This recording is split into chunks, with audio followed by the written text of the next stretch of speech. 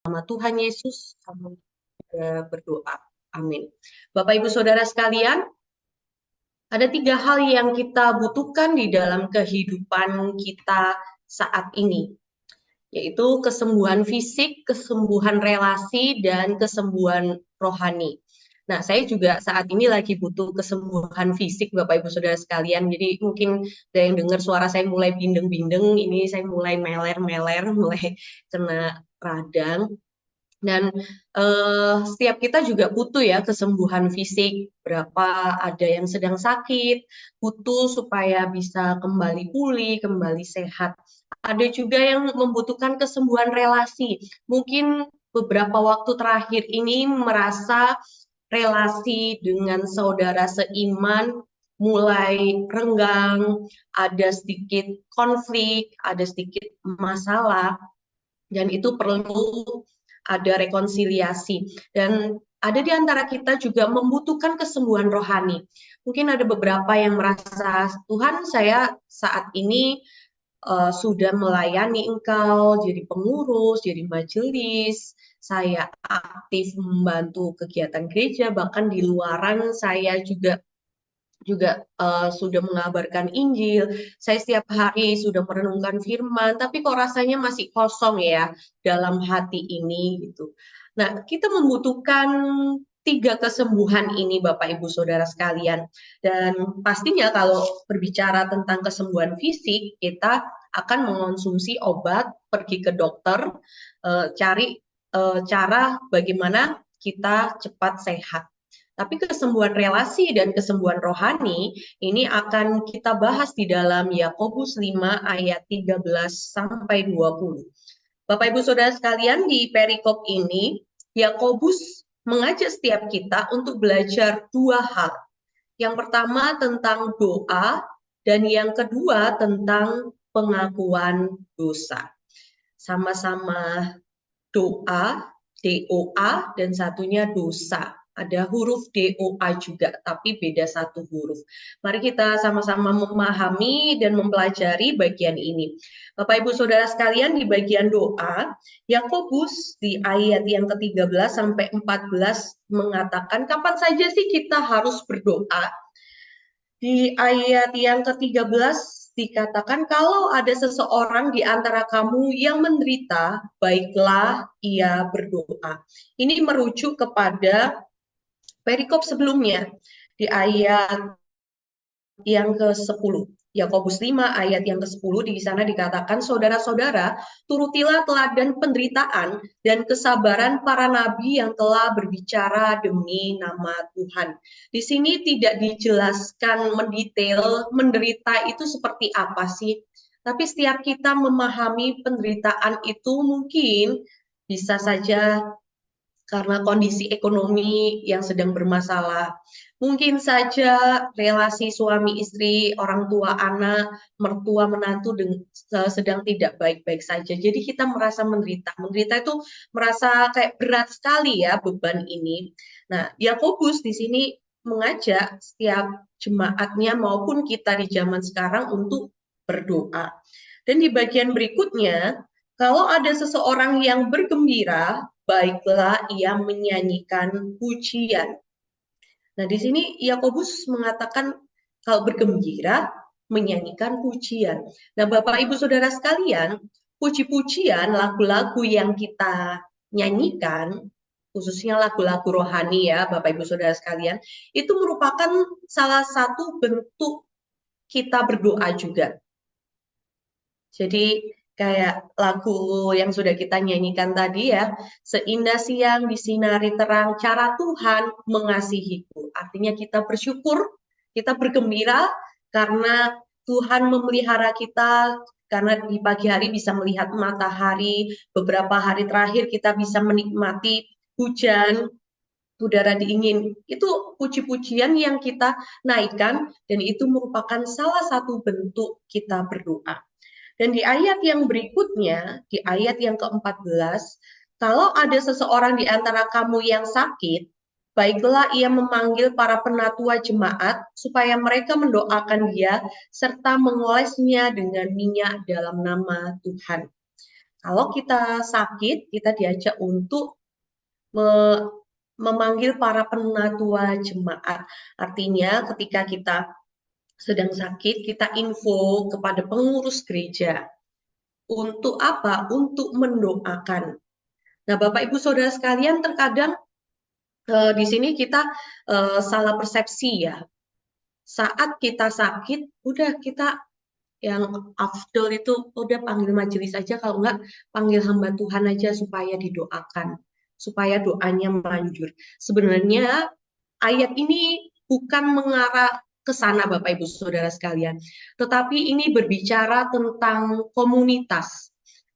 Nah, Bapak Ibu Saudara sekalian, ketika kita sakit, kita kasih tahu orang gereja, itu artinya kita menerima komunitas gereja itu sebagai keluarga kita. Kita kasih tahu, oh saya lagi sakit nih. Jadi mereka akan datang, entah nanti mereka akan bantu bawakan obat, bantu untuk bawakan makanan, itulah yang namanya komunitas. Nah, terkadang kita sungkan ya Bapak Ibu Saudara sekalian kalau sakit ngomong ke orang lain, sungkannya takut merepotkan gitu. Padahal di sini kalau kita berbicara komunitas, kita itu tidak ada yang direpotkan, tetapi kita saling membantu. Nah, Bapak Ibu Saudara sekalian, di ayat 14 ini juga terkadang disalahartikan karena di sana dikatakan supaya mereka mendoakan dia serta mengolesnya dengan minyak dalam nama Tuhan. Supaya cepat sembuh, yuk mana ada minyak enggak? Yuk doanya pakai minyak supaya cepat sembuh. Padahal ayat ini bukan berbicara tentang sarana berdoa, yaitu lewat minyak, tidak. Tapi ini ditulis pada zaman kalau sakit, obatnya itu ya pakai minyak. Jadi kalau jatuh dari menunggangin kuda, jatuh, diobatinya pakai apa? Pakai minyak, diurut. Nanti sakit apa?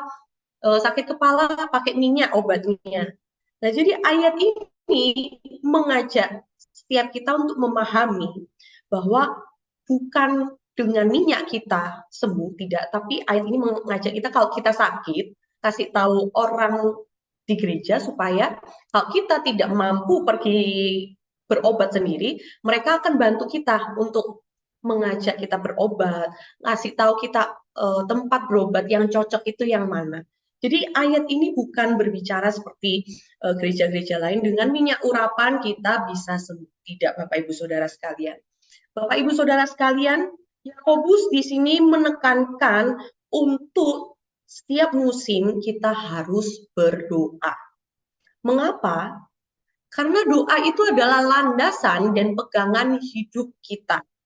Karena dalam kondisi hidup yang tidak tentu ini, kita perlu pegangan yang kuat, kita perlu landasan yang kuat.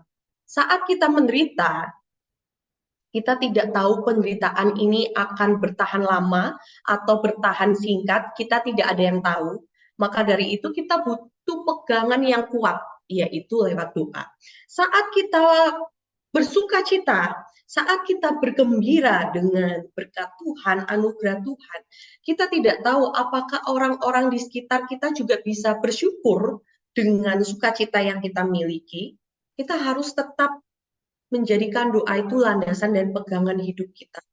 Supaya dalam kondisi apapun, meskipun orang-orang tidak senang kita bersukacita, kita tetap terus bersukacita, bersyukur kepada Tuhan. Ketika kita sakit itu kadang agak berat ya Bapak Ibu Saudara sekalian bagi setiap kita. Tapi ketika kita sakit, kita diajak untuk tetap berdoa. Kita diajak untuk tetap berdoa supaya iman kita tetap terjaga. Bapak Ibu Saudara sekalian, apa dampak dari doa itu sendiri ya? Dampak dari doa itu adalah memulihkan fisik kita dan kerohanian kita. Di ayat yang ke-15, Yakobus melanjutkan, doa yang lahir dari iman akan menyelamatkan orang sakit itu, dan Tuhan akan membangunkan dia. Menyelamatkan orang sakit itu, dan Tuhan akan membangunkan dia. Jadi lewat doa, eh, fisik kita akan dipulihkan dan lewat doa kerohanian kita juga akan dipulihkan.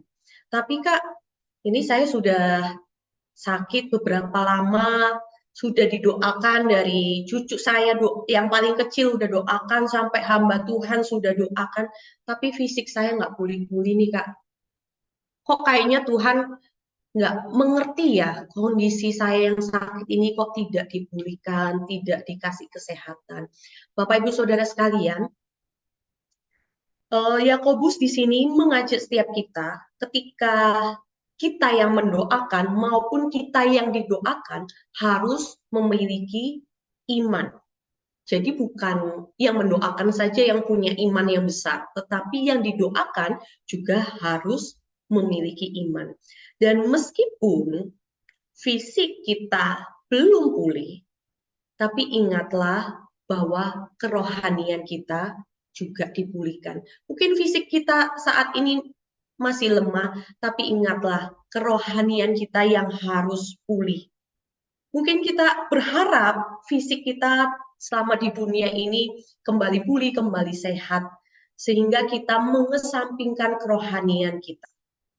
Tapi Bapak Ibu Saudara sekalian, Tuhan punya kehendak yang terkadang tidak bisa kita pahami ya. Lewat fisik kita yang lemah, ternyata Tuhan terus memulihkan kerohanian kita. Tuhan terus mendewasakan iman kita. Tuhan terus menguatkan iman kita. Jadi jangan bersedih hati kalau fisik kita saat ini masih belum dipulihkan oleh Tuhan, tetapi kita harus tetap bersyukur karena kerohanian kita yang terus Tuhan pulihkan, Tuhan buat sehat, buat semakin berbuah dan berdampak kepada orang lain. Sehingga kelak ketika Tuhan memanggil kita pulang, kita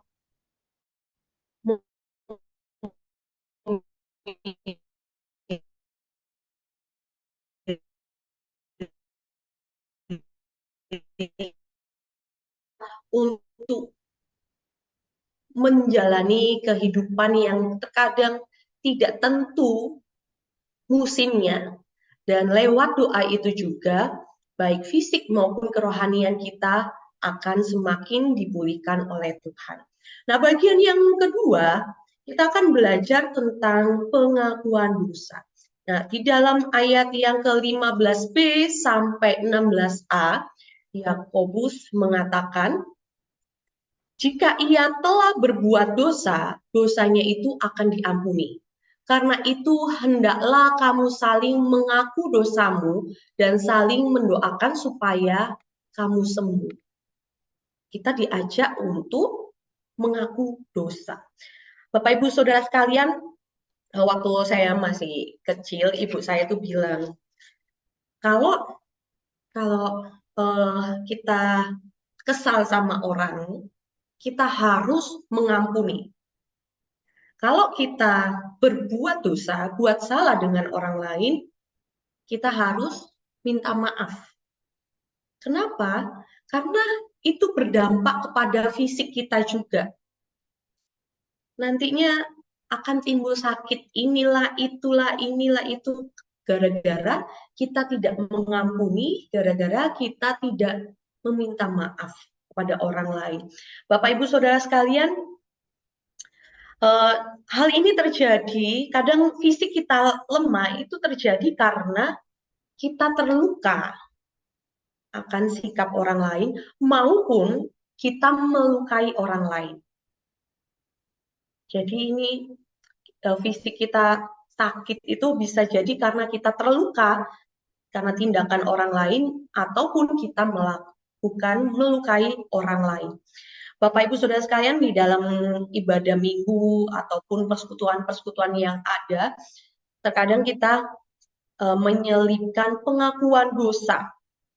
Dan kita saat mengaku dosa, kita formalitas ngomong kepada Tuhan. Kita tidak tulus minta ampunan kepada Tuhan. Nah, Bapak Ibu Saudara sekalian, di perikop yang kita bahas saat ini, Yakobus mengajak setiap kita itu untuk mengaku dosa. Kita minta maaf kepada orang-orang yang sudah kita sakiti, yaitu di dalam komunitas kita. Kita berani ngomong langsung kepada orang itu. Dan ketika kita mengaku dosa, kita harus spesifik ngomongnya. Dan jangan setengah-setengah. Kadang kita mengaku dosanya, kita meminta maafnya, maaf ya kalau saya melakukan kesalahan gitu ya. Kita tidak spesifik, maaf ya tadi telat datang persekutuannya karena tadi memang saya bangunnya terlambat gitu. Jarang sekali kita jujur ketika meminta maaf di dalam sebuah komunitas. Kenapa? Karena kita takut dihakimi terlebih dahulu.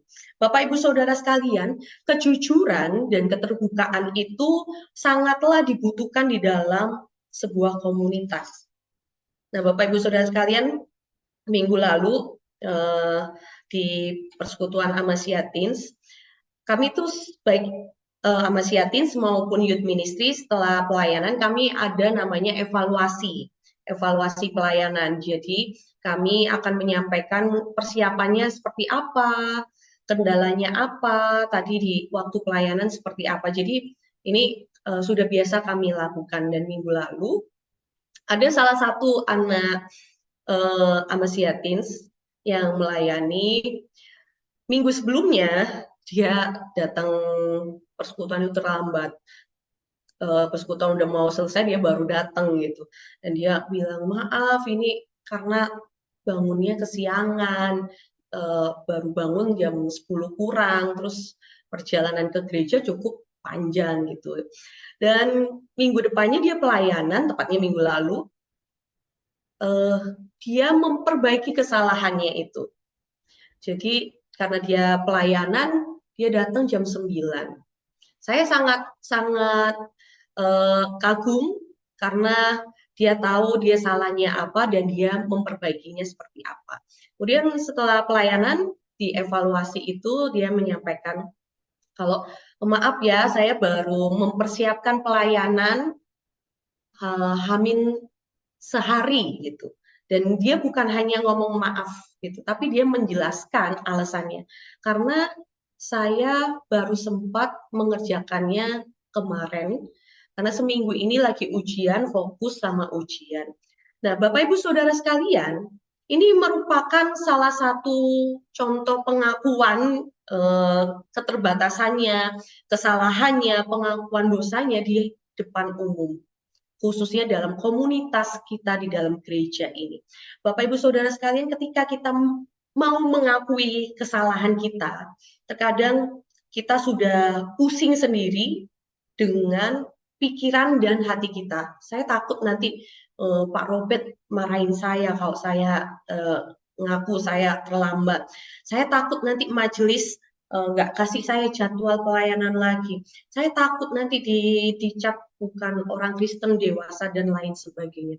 Bapak Ibu Saudara sekalian, ketika ada orang yang mengaku dosa, mengaku kelemahannya di dalam sebuah komunitas, ini bukan beban bagi setiap kita yang mengaku, tapi ini adalah beban juga bagi setiap kita yang mendengarkannya. Ketika kita mendengarkannya, kita diajak bagaimana meresponinya dengan penuh hikmat dan kebijaksanaan. Ketika tahu ada yang mengaku dia terlambat karena telat bangun, kita diajak berhikmat dalam meresponinya. Kita diajak berhikmat juga menerima keberadaan dia. Kita bukan mengeluarkan kata-kata yang menghakimi, tapi mengeluarkan kata-kata yang bisa mendorong orang tersebut kembali memperbaiki dirinya. Jadi Bapak Ibu Saudara sekalian, pengakuan dosa di dalam sebuah komunitas itu sangatlah dibutuhkan. Nah, Bapak Ibu Saudara sekalian, di ayat yang ke-15 ayat yang 16b di sana dikatakan doa orang yang benar sangat besar kuasanya dan ada hasilnya. Ini adalah salah satu ayat yang pasti menjadi salah satu ayat favorit kita ya Bapak Ibu Saudara sekalian. Doa orang yang benar sangat besar kuasanya dan ada hasilnya. Doa orang yang benar, di sini Yakobus mengatakan seperti contohnya Elia. Elia adalah manusia biasa sama seperti kita. Elia orang biasa sama seperti kita. Kadang kita mengatakan doanya manjur kalau didoakan oleh gitu ya. Padahal di sini firman Tuhan tidak mengatakan seperti itu. Doa orang yang benar, artinya orang yang sungguh-sungguh beriman dalam menyampaikan doanya dan orang yang sungguh-sungguh memiliki relasi yang sudah dipulihkan dengan sesamanya. Bapak Ibu Saudara sekalian, kaitan antara doa dan pengakuan dosa itu sangatlah besar. Nah, Bapak Ibu Saudara sekalian, pengakuan dosa itu berbicara tentang relasi kita dengan sesama. Pengakuan dosa itu berbicara tentang relasi kita dengan sesama. Saat kita mengaku dosa, contohnya saya mengaku dosa, saya membuka hati saya untuk menyampaikan kelemahan saya ke banyak orang, khususnya kepada jemaat. Dan di situ saya pun dipulihkan.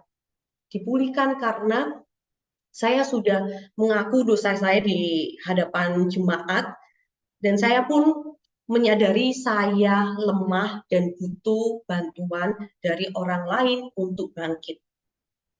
Dan ini adalah suatu kebangunan rohani. Begitu juga relasi kita dengan Tuhan. Saat kita berdoa, itu artinya kita membuka hati kita untuk mempersilakan Tuhan yang bekerja.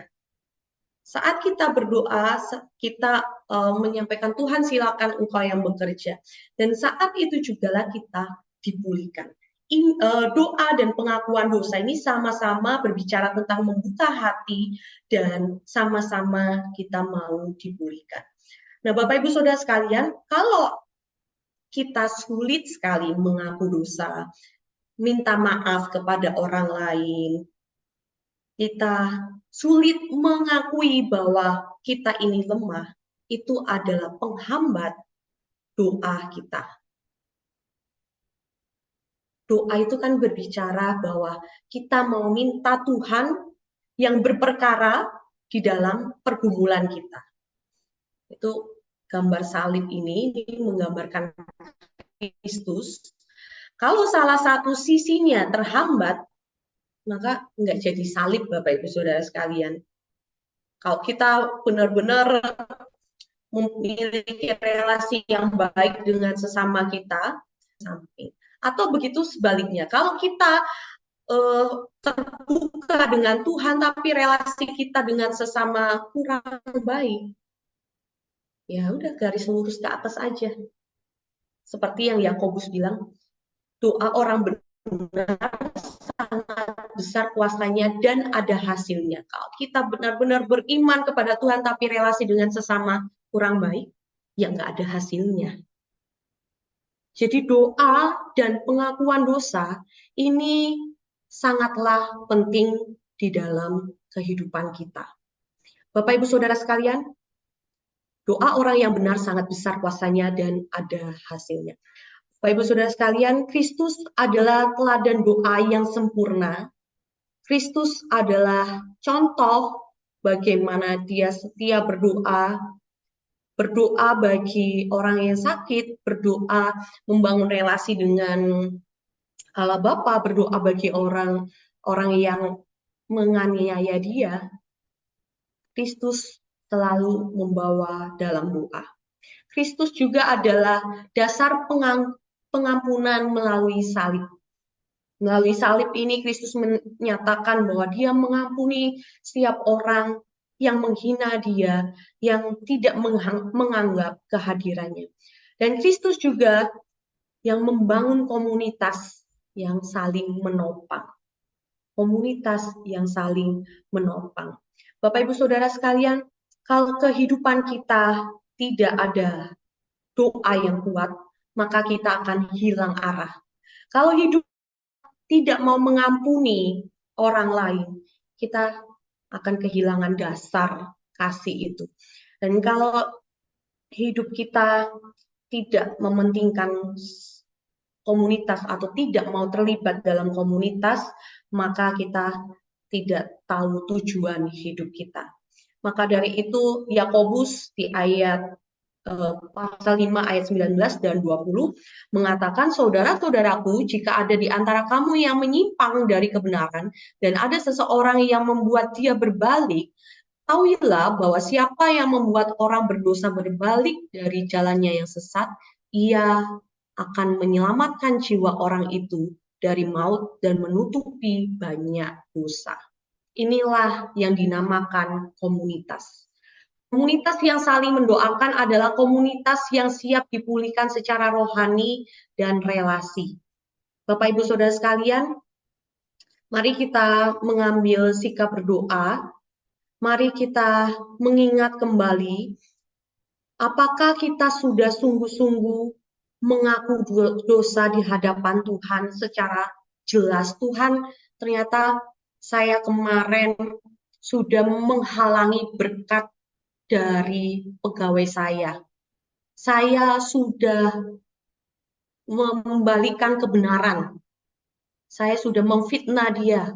Apakah kita sudah seterbuka itu mengaku dosa kita di hadapan Tuhan? Dan apakah kita juga sudah minta maaf dengan tulus dengan orang-orang di sekitar kita, orang-orang yang sudah kita sakiti, orang-orang yang sudah kita kecewakan? Mari Bapak Ibu Saudara sekalian, pada kesempatan ini saya mengajak setiap kita mengambil sikap berdoa di hadapan Tuhan. Kita mengaku dosa kita di hadapan Tuhan. Saya persilakan Bapak Ibu Saudara sekalian berdoa sambil diiringi musik.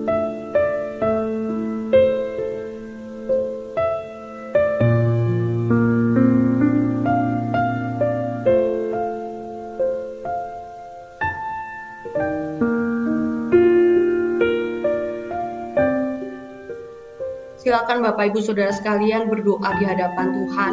Mungkin selama ini masih takut untuk meminta maaf kepada orang-orang yang kita sakiti. Silakan berdoa kepada Tuhan supaya kita diberikan keberanian untuk meminta maaf kepada sesama kita. Supaya kita pulihkan relasi dengan jemaat yang lainnya, sehingga kita bisa menjadi komunitas yang bisa saling mendoakan.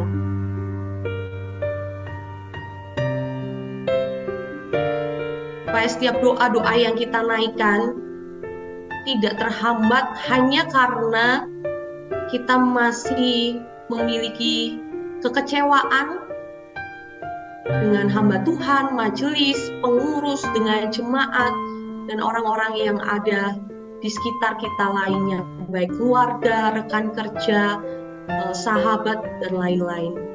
Mari kita mengaku dosa kita di hadapan Tuhan, minta Tuhan memampukan kita untuk berani meminta maaf, berani menerima perbedaan yang ada, dan bisa bersikap bijak terhadap pengakuan dosa dari orang-orang di sekitar kita.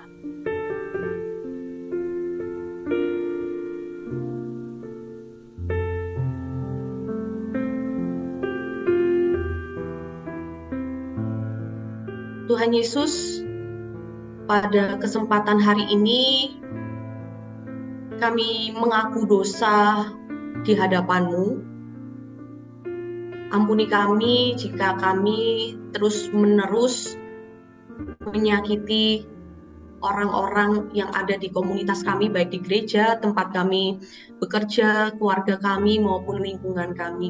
Ampuni kami ya Bapa, terkadang tanpa sadar mulut kami mengatakan perkataan yang kasar, sikap kami memberikan sikap yang tidak sopan, tidak menghargai keberadaan orang lain. Bahkan hati kami terkadang merendahkan orang lain karena mereka tidak memiliki jabatan atau memiliki jabatan khusus. Tuhan ampuni kami jika kami terus-menerus melakukan dosa yang terus menyakiti orang lain tanpa sepengetahuan kami. Dan bantu kami juga untuk terbuka dalam mengaku dosa kepada Engkau. Bantu kami untuk sungguh-sungguh menyampaikan dosa kami secara spesifik dan tidak hanya berbicara, Tuhan ampuni saya karena saya berdosa.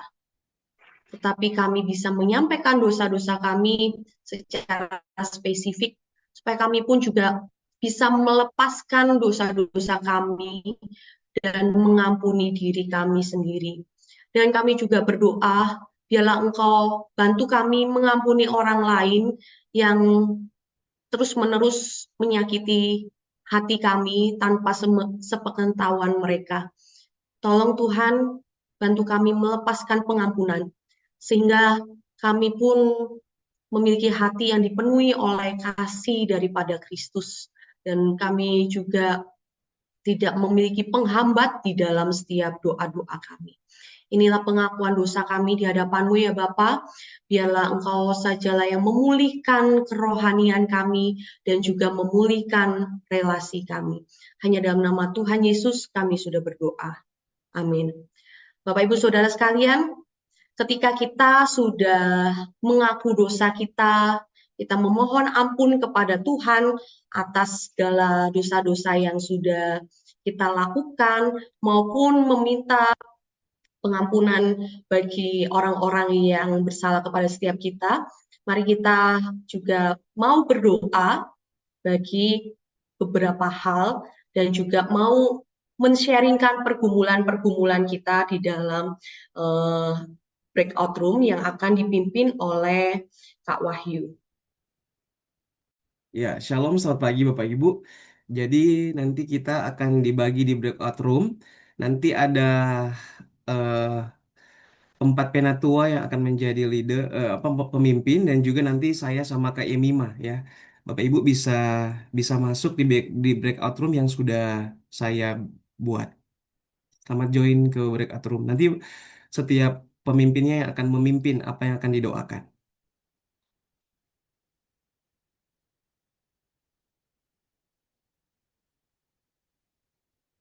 Bisa join di breakout room. Sudah saya apa? Sudah saya buat breakout roomnya.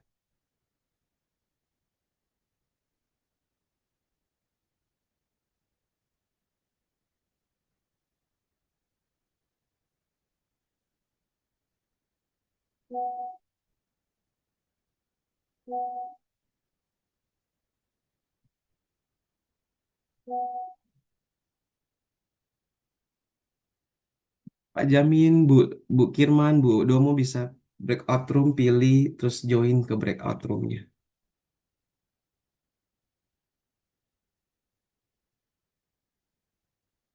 Join ke breakout room.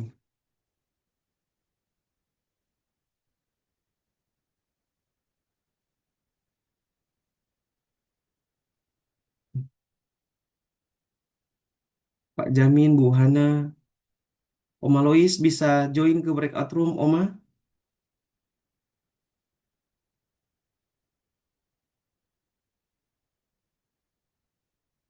Oma ke breakout room, Oma. Tekan breakout room.